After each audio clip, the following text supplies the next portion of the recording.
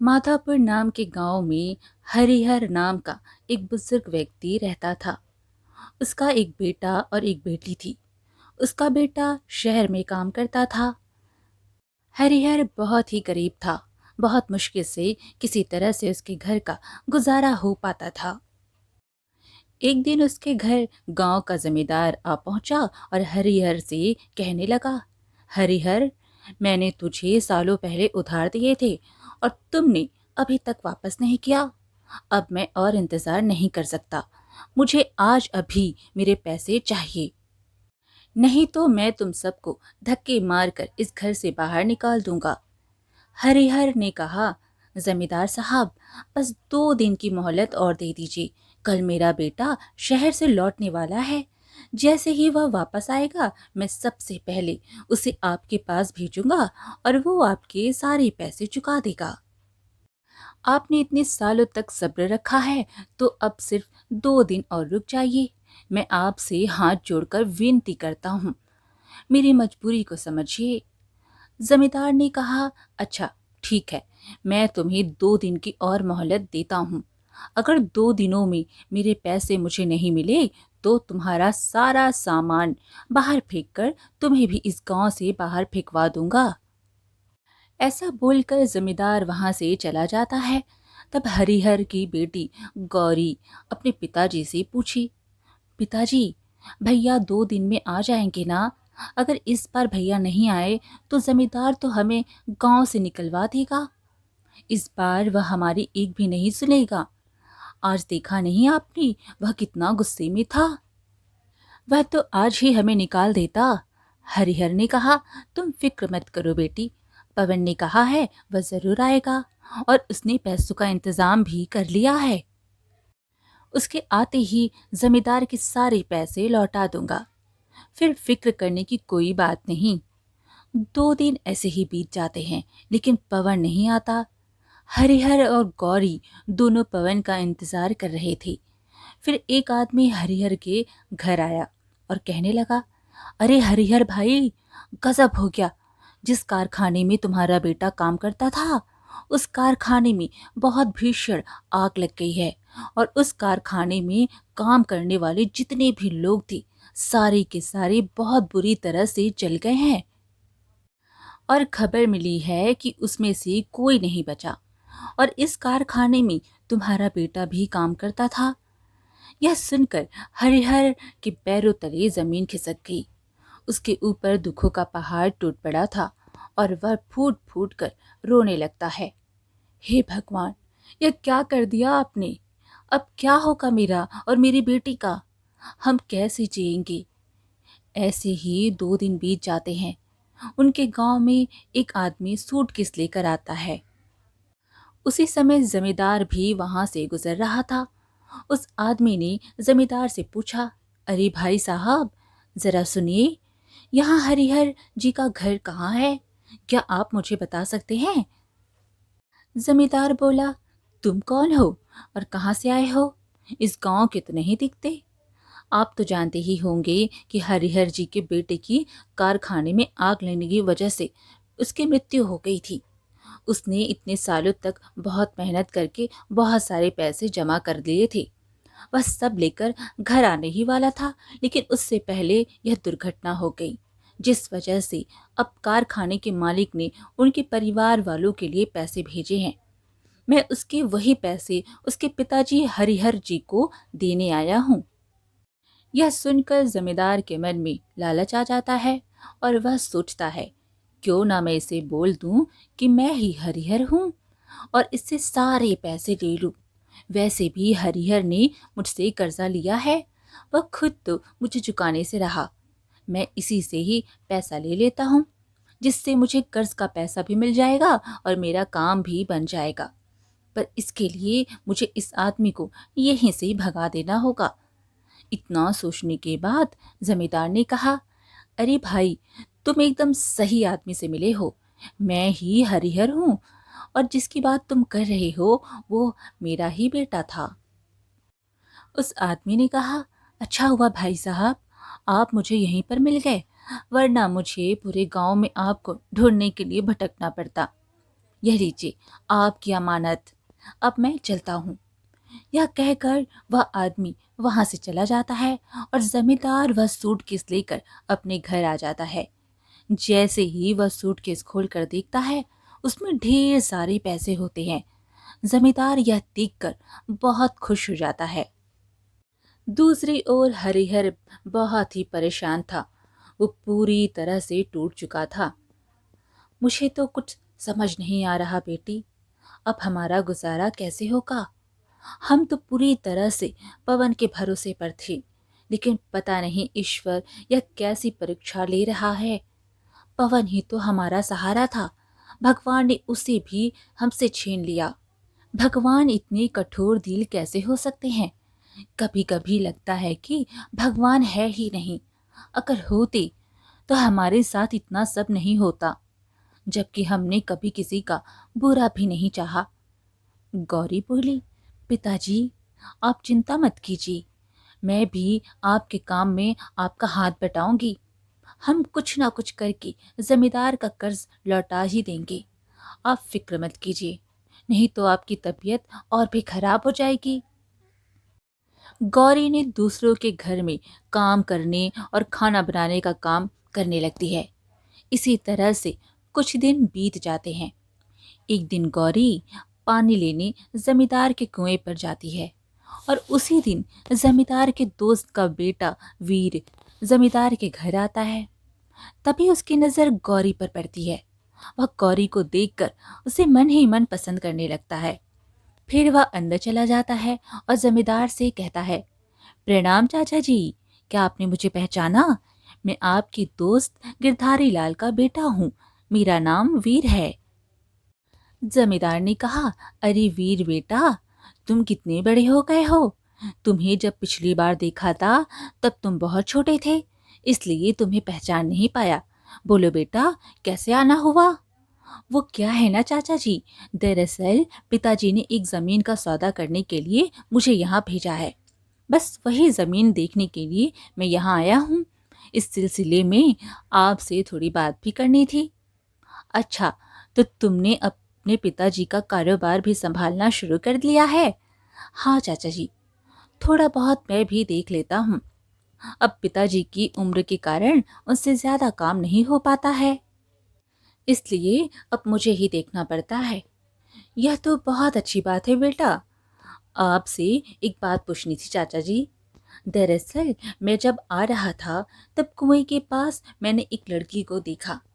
क्या आप बता सकते हैं कि वह लड़की कौन है? लड़की? कौन सी लड़की? वो आपके घर के सामने जो कुआं है, उस कुएं में मैंने एक लड़की को पानी भरते देखा। क्या आप जानते हैं वह कौन है? रुको बेटा, तुम चाय पियो, तब तक मैं देख कर आता हूँ। जमींदार बाहर जाकर कुएं की ओर देखता है तो कुएं पर उसे खुद की ही बेटी माला दिखाई देती है। कौरी वहां से जा चुकी थी। जमींदार ने आकर वीर से कहा, अरे वीर बेटा, जिस लड़की के बारे में तुम पूछ रहे हो वह मेरी ही बेटी है। वीर बोला, ओ अच्छा अच्छा, ठीक है चाचा जी, मुझे लगा कौन है। जाने दीजिए, छोड़िए। आप बताइए, आप कैसे हैं? वीर बात को पलट देता है, लेकिन जमींदार को इस बात पर शक हो जाता है। मुझे लगता है वीर बेटा को मेरी बेटी पसंद आ गई है। यह तो बहुत अच्छी बात है। अगर मेरी बेटी माला इतने बड़े खानदान में चली जाएगी तो उसका नसीब ही चमक जाएगा। इतने अमीर लोग और कहीं नहीं मिलने वाले। इतना सोचकर जमींदार मन ही मन बहुत खुश हो जाता है। वीर ने कहा, अच्छा चाचा जी, अब मैं चलता हूँ, मुझे देर हो रही है। जमींदार बोला, अरे नहीं नहीं बेटा, इतनी भी क्या जल्दी है, एक दो दिन रुक कर जाओ, जरा गांव की भी शुद्ध हवा में रहो। शहर तो रोज ही रहते हो, हमें भी थोड़ा मौका दो तुम्हारी खातिरदारी करने का। वीर ने कहा, नहीं चाचा जी, इस बार नहीं, अगली बार आऊंगा तो जरूर रुकूंगा। इतना कहकर वीर वहां से चला जाता है और घर जाकर डरते हुए अपने पिताजी से कहता है, पिताजी, मैंने गांव में एक लड़की देखी है। मुझे वो लड़की बहुत पसंद आई है और मैं उसी से शादी करना चाहता हूँ। गिरधारी लाल ने कहा, अरे बेटा, तुम किस लड़की की बात कर रहे हो? पिताजी, वो आपके गांव के दोस्त है ना, जिनके यहाँ आपने मुझे आज भेजा था, उन्हीं की लड़की है। मुझे शादी करनी है उससे। गिरधारी लाल यह सुनकर बहुत ही खुश हुए और कहने लगे, अरे वाह, यह तो बहुत अच्छी बात है बेटा। वह तो मेरा बहुत अच्छा दोस्त है। वह बिल्कुल भी मना नहीं करेगा। मैं कल ही उसके पास जाकर शादी की बात करता हूँ। वह भी यह सुनकर बहुत खुश होगा। दूसरे दिन गिरधारी लाल और वीर जमींदार के यहाँ आते हैं। जमींदार अपने दोस्त को देखकर खुश होते हुए बोला, अरे मेरे दोस्त गिरधारी लाल, बहुत दिनों बाद कैसे आना हुआ? तुम तो बहुत बड़ा आदमी हो गए हो यार। याद है, हम दोनों एक साथ में ही कारोबार शुरू किया था। आज तुम कहाँ से कहाँ पहुँच गए। आज तो तुमने मुझे बहुत खुश कर दिया, जो अपने परिवार के साथ मेरे घर आए हो। गिरधारी लाल ने कहा, वो क्या है ना, मुझे अपने बेटे वीर की वजह से यहाँ आना ही पड़ा। दरअसल वीर को तुम्हारी बेटी बहुत पसंद आ गई है और वह उससे शादी करना चाहता है। उसी की बात करने के लिए हम यहाँ आए हैं। जमींदार और भी खुश हो गया। हाँ हाँ गिरधारी लाल, यह तो बहुत अच्छी बात है। तुमने आज मेरा दिल ही खुश कर दिया। हमारी दोस्ती आज रिश्तेदारी में बदलने जा रही है।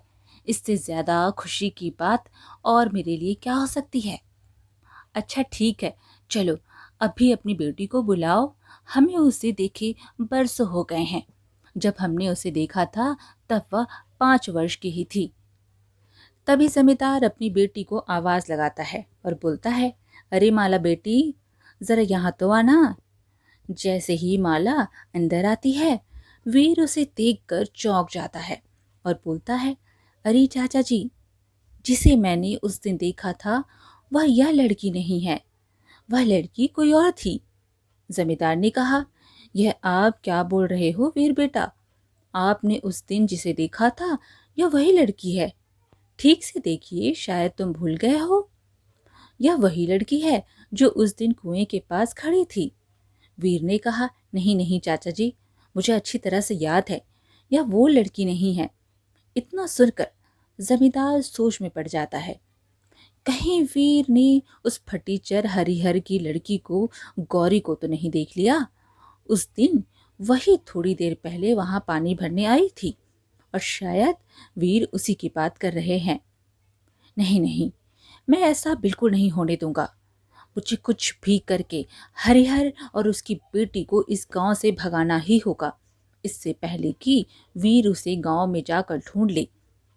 इतना सोचकर जमींदार ने कहा, ठीक है वीर बेटा, अगर ऐसी बात है तो मैं खुद उस लड़की को आपके लिए ढूंढ कर लाऊंगा। आप चिंता मत कीजिए। गिरधारी लाल वीर पर थोड़ा गुस्सा होते हुए बोले, वीर, यह तुम कैसी बातें कर रहे हो? हम तो तुम्हारे कहने पर ही यहाँ आए थे। तुमने ही कहा था कि तुम्हें इनकी बेटी पसंद है, और सच कहूँ तो मुझे भी माला बहुत पसंद आई है। अब तुम किस लड़की की बात कर रहे हो, यह समझ में नहीं आ रहा। हमें तो यही लड़की अच्छी लगी है, और मेरी तो यही इच्छा है कि तुम्हारा रिश्ता मेरे दोस्त के घर में हो। माला में कौन सी कमी है? बहुत समझदार और संस्कारी और अच्छी लड़की है। वीर बोला, पर पिताजी, मुझे तो उसी लड़की से शादी करनी है जिसे मैंने उस दिन कुएं के पास देखा था। गिरधारी लाल ने कहा, चलो दोस्त, फिर अब हम चलते हैं। तुम्हें हमने तकलीफ दी, उसके लिए हमें क्षमा कर देना। जमींदार बोला, नहीं दोस्त, इसमें तकलीफ कैसी? शायद मुझे ही सुनने या समझने में गलती हो गई होगी, पर मैं कोशिश करूंगा कि उस लड़की को जल्द से जल्द ढूंढ लूं। फिर वीर और गिरधारी लाल अपने घर चले आते हैं, और घर पहुंचकर गिरधारी लाल ने कहा, अरे वीर, तुमने इतनी बड़ी गलती कैसे कर दी? पता नहीं मेरे दोस्त को कितना बुरा लगा होगा। वीर ने कहा, पर पिताजी, मैंने जिस लड़की को देखा था वह आपके दोस्त की बेटी नहीं थी, वह कोई और ही थी। पर पिताजी, मैं ऐसे ही किसी भी लड़की से शादी नहीं कर सकता। मैं उस लड़की से ही शादी करना चाहता हूँ जिसे मैंने उस दिन देखा था। पर वीर बेटा, बात यह नहीं है। बात तो यह हो रही है कि मेरी दोस्त का तुमने अपमान किया है और तुम कहाँ किसी लड़की की बात कर रहे हो। तुम्हें इससे अच्छी लड़की और कहीं नहीं मिलेगी। तुम्हें इसी से शादी करनी होगी। नहीं पिताजी, मैं माला से शादी नहीं करूंगा। पर तुम जिस लड़की की बात कर रहे हो उसका कोई अता पता भी नहीं है। कहाँ ढूंढोगे तुम उसे? पिताजी, मैं कुछ भी करके उसे ढूंढ लूंगा, बस मुझे थोड़ा सा समय दे दीजिए। ठीक है, अगर तुम्हारी यही मर्जी है तो मैं तुम्हें 1 हफ्ते का समय देता हूँ। अगर 1 हफ्ते में तुमने उस लड़की को ढूंढ लिया तो ठीक है, वरना तुम्हें माला से ही शादी करनी होगी। हाँ पिताजी, आप जैसा ठीक समझे। इधर जमींदार गुस्से से तिलमिला रहा था। वो वीर को पूरे गांव में वही फटीचर हरिहर की बेटी ही मिली थी। मैं यह शादी कभी नहीं होने दूंगा। कहाँ मेरी बेटी और कहाँ वो भिखारी की लड़की। उन्होंने मेरी बेटी को ठुकरा दिया, लेकिन मैं उन्हें मजबूर कर दूंगा उसी से शादी करने को। वीर के वापस आने से पहले मैं हरिहर को गांव से बाहर फेंकवा दूंगा। अरे हाँ, याद आया, उसके बेटे के जो पैसे शहर से आए थे वह तो मेरे पास हैं। अब मैं उससे कर्ज के पैसे वापस मांगूंगा। ना चुका पाए तो उसका घर भी हड़प लूंगा और उससे भगा दूंगा। फिर देखता हूँ कैसे वीर गौरी से शादी कर पाता है। अगले ही दिन जमींदार हरिहर के घर जाता है और बोलता है, हरिहर, तुम मेरे अच्छा होने का फायदा उठा रहे हो। मैं इतने दिनों से चुप इसलिए बैठा हूँ क्योंकि तुम्हारा बेटा अभी अभी गुजरा है और उसके गुजरने की वजह से मैं खुद से यहाँ नहीं आया। पर मैं तुम्हारी राह देख रहा था, पर तुम तो मेरी अच्छाई का फायदा उठा रहे हो। अब मैं कुछ नहीं सुनने वाला। अब तो मेरा सारा पैसा लौटा दो। और वैसे भी मैंने तुम्हें बहुत ज्यादा मोहलत दे दी है, अब और नहीं। हरिहर ने कहा, जमींदार जी, मैं इतने सारे पैसे अभी कहाँ से लौटा पाऊंगा? आपको तो पता है अब मेरा बेटा भी नहीं है। मैं कुछ नहीं जानता। मुझे बस मेरे पैसे चाहिए। अगर पैसे नहीं हैं तुम्हारे पास तो अभी के अभी मुझे यह घर खाली करके दे दो। मैं इसे बेचकर अपना कर्ज वसूल कर लूंगा। बस अब बहुत हो चुका है। नहीं जमींदार जी, ऐसा मत कीजिए। ऐसे में तो मैं सड़क पर आ जाऊंगा। मैं इतने दिनों से तुम पर तरस खाकर तुम्हें कुछ नहीं कह रहा हूँ। इसका मतलब यह नहीं है कि तुम मेरे सिर पर बैठ जाओ। अब मैं कुछ नहीं सुनना चाहता। बस तुम यह घर खाली कर दो और यहाँ से चले जाओ। नहीं तो मैं मेरे लोगों को बुलाकर तुम्हें घर से धक्के मारकर बाहर निकलवा दूंगा। तभी गौरी बोली, चलिए पिताजी, अब हम खुद को झूठी तसल्ली नहीं दे सकते। हम यूं लकड़ियां बेचकर और दूसरों के घरों में काम करके जमींदार के पैसे नहीं लौटा पाएंगे। हमें यह घर छोड़कर जाना ही होगा। इतना कहकर गौरी अपने पिताजी को लेकर घर से बाहर चली जाती है और दूर जंगल में जाकर एक छोटी सी झोपड़ी बनाकर उसमें रहने लगती है। और इसी चिंता के कारण हरिहर की तबीयत खराब हो जाती है और इसी वजह से अपने पिताजी को लकड़ी बेचने का काम गौरी संभाल लेती है और किसी तरह से घर चलाने लगती है।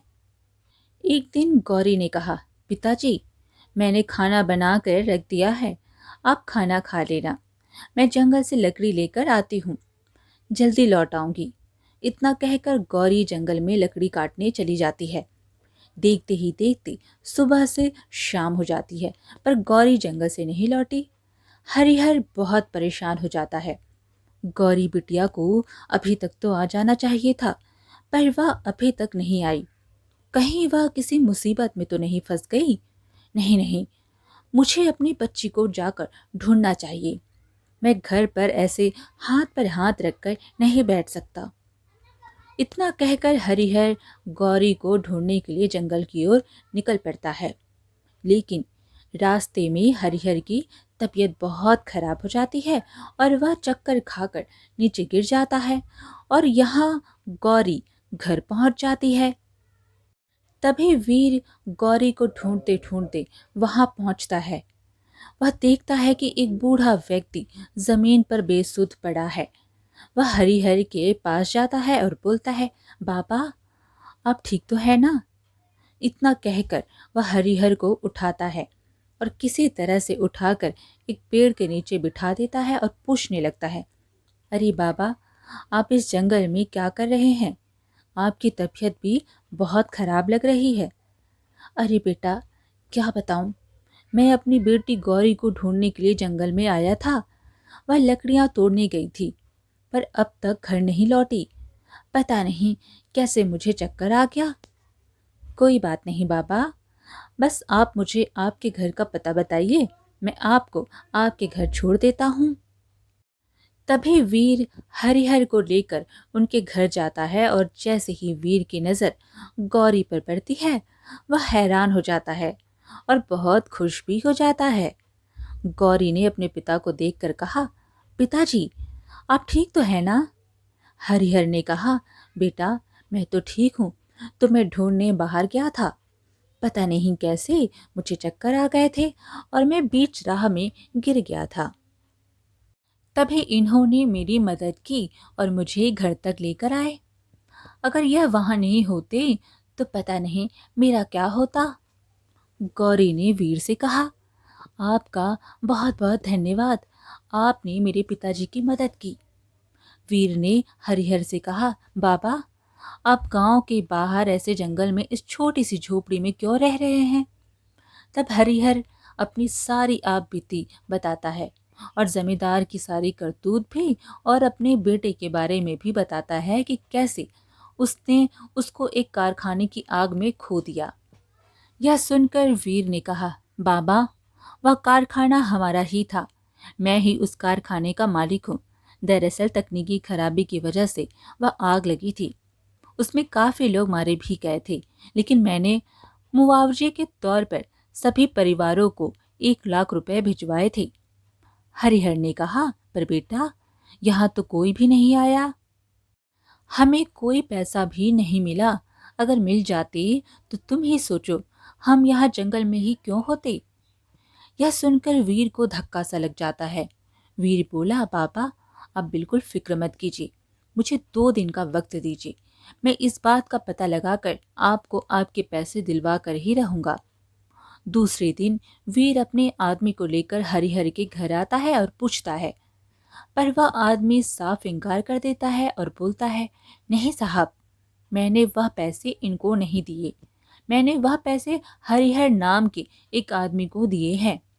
उसने ही कहा था कि उसका नाम हरिहर है और वह पवन का पिता है, और मैंने वह सूटकेस उनको दे दिया था और मैं फिर वहां से चला आया था। मुझे नहीं पता था कि वह मुझसे झूठ बोल रहा है। मुझे माफ कर दीजिए। मुझसे बहुत बड़ी गलती हो गई। वीर ने कहा, क्या तुम मुझे बता सकते हो कि वह आदमी कौन है जिसको तुमने पैसे दिए हैं? हाँ साहब, मैं अगर उसे देख लूं तो मैं उसको पहचान लूंगा। मैं तुम्हें 2 घंटे का वक्त देता हूँ। मुझे जल्द से जल्द वो इंसान चाहिए। पूरे गांव में पता करो जिसको तुमने वह पैसे दिए हो। थोड़ी देर बाद वह आदमी आकर बोला, मालिक, मैंने पता कर लिया। वह आदमी गांव का जमींदार है और उसी ने मुझसे झूठ कहा था कि वह हरिहर है। हरिहर चौंक कर बोला, इतना बड़ा धोखा! मैं सोच भी नहीं सकता था कि जमींदार इतना गिर सकता है। उसने मेरे बेटे के सारे पैसे खुद रख लिए और ऊपर से हमें घर से भी निकाल दिया। वीर बोला, बाबा, आप चिंता मत करिए, मैं सब ठीक कर दूंगा। वीर मन ही मन सोचता है, अच्छा, तो यह बात है। अब मुझे पूरी बात समझ में आ गई। अपनी बेटी की शादी मुझसे करवाने के लिए उन्होंने जानबूझकर गौरी और उसके पिताजी को गांव से बाहर निकाल दिया ताकि मैं उसे कभी ढूंढ ना सकूं और मेरी शादी उसकी बेटी माला से हो जाए। अच्छा, तो अब मैं देखता हूँ इसे कैसे सबक सिखाना है। वीर फिर अपने आदमी को लेकर जमींदार के घर जाता है। जैसे ही जमींदार उस आदमी को देखता है, वह हक्का बक्का रह जाता है। तभी वह आदमी बोलता है, हाँ मालिक, यही है जिसने मुझे कहा था कि वह हरिहर है। मैंने इसी को पैसे दिए थे। यह सुन जमींदार के पसीने छूटने लगे। वह वीर के सामने बहुत शर्मिंदा हो जाता है। वीर ने कहा, चाचा जी, यह सब आपने किया है? मुझे तो यकीन नहीं होता। आपने एक गरीब आदमी के हक का पैसा उससे छीन लिया। आपको पता है पवन के पिताजी को कितनी तकलीफ झेलनी पड़ रही है। और इतना ही नहीं, आपने उनसे पैसे लेकर उन्हें इस गांव से बाहर निकाल दिया। आपने तो इससे सारे पैसे ले लिए थे। फिर आपने ऐसा क्यों किया? जवाब दीजिए। जमींदार बोला, बेटा, मुझे माफ कर दो, मुझसे गलती हो गई। मैं पैसों के लालच में आ गया था और अपनी बेटी के मोह में अंधा हो गया था, इसलिए मैंने ऐसा किया। जब तुमने लड़की के बारे में बताया तभी मैं पहचान गया था कि वह लड़की कोई और नहीं, गौरी ही थी। इसलिए मैंने यह चाल चली और गौरी और उसके पिताजी को इस गांव से निकलवा दिया, ताकि तुम्हें वह लड़की नहीं मिले और मजबूरन तुम्हें मेरी बेटी से शादी करनी पड़े। मुझे माफ कर दो बेटा, मैं बहक गया था। तभी गिरधारी लाल भी वहां पर आ जाता है। उन्हें भी यह सारी घटना पता चल जाती है और वह भी जमींदार को बहुत खरी खोटी सुनाते हैं। और फिर वीर और गिरधारी लाल हरिहर के घर जाते हैं और सारे पैसे हरिहर को देते हैं और हरिहर से गौरी का हाथ भी मांगते हैं। फिर क्या था, गौरी और वीर की शादी धूमधाम से हो जाती है और वह खुशी खुशी रहने लगते हैं। आज की कहानी यहीं पर समाप्त हुई। फिर मिलेंगे एक और कहानी के साथ। कहानी पसंद आए तो लाइक शेयर ज़रूर करें और चैनल को सब्सक्राइब करना बिल्कुल ना भूलें। धन्यवाद।